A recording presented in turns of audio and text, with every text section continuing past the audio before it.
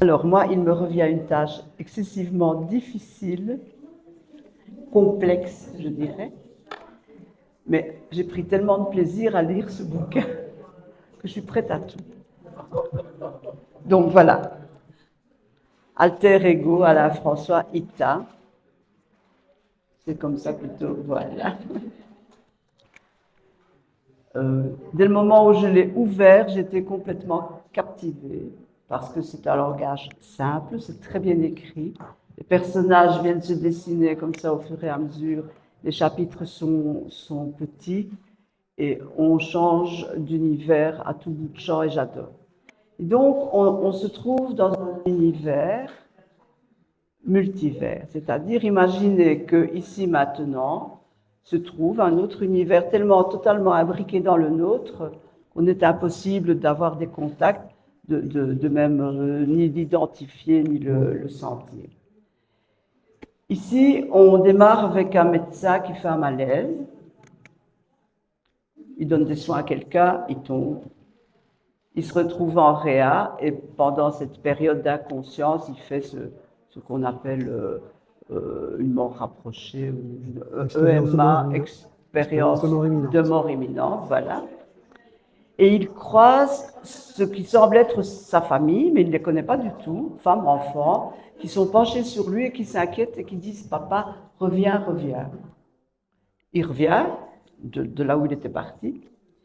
Et ça le poursuit, quoi. Il a récupéré ses facultés et tout. Et il a toujours ces images qui lui reviennent de cette femme, de cet enfant, etc.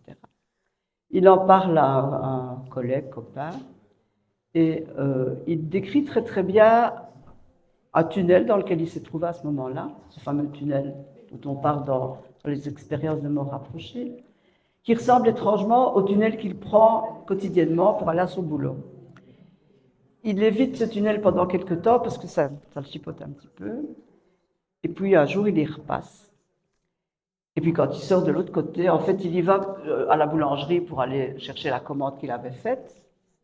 Et là, on ne le reconnaît pas. D'abord, il n'y a pas de commande à son nom. Lui, il reconnaît la boulangère, mais elle ne le connaît pas. Il sort de là un petit peu perturbé. Donc, il rentre chez lui. Sa clé ne fonctionne pas dans la serrure. Il y a un gars qui ouvre la porte, une espèce de malabar, qui croit que c'est une intrusion agressive, qui lui met un pain. Et le gars se retrouve ensanglanté. Et donc, il est médecin, lui, il va se faire soigner aux urgences de l'hôpital où il travaille. Sauf que là, on ne le connaît pas.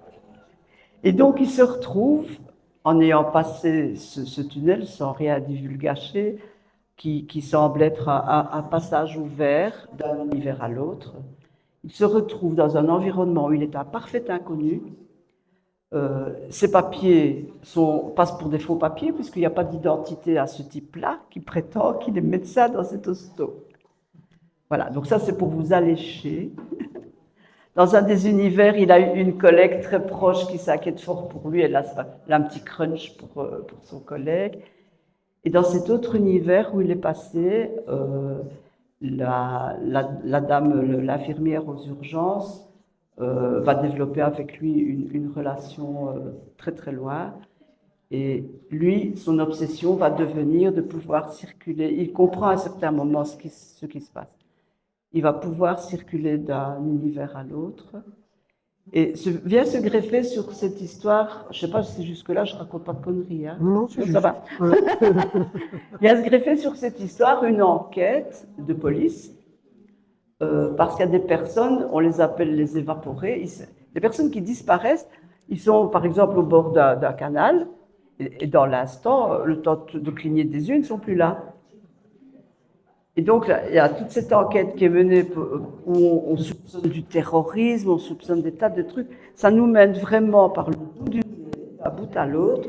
Je crois que je ne vais même pas raconter plus loin, parce que c'est hyper intéressant pour un lecteur qui, comme moi, adore des choses un petit peu particulières.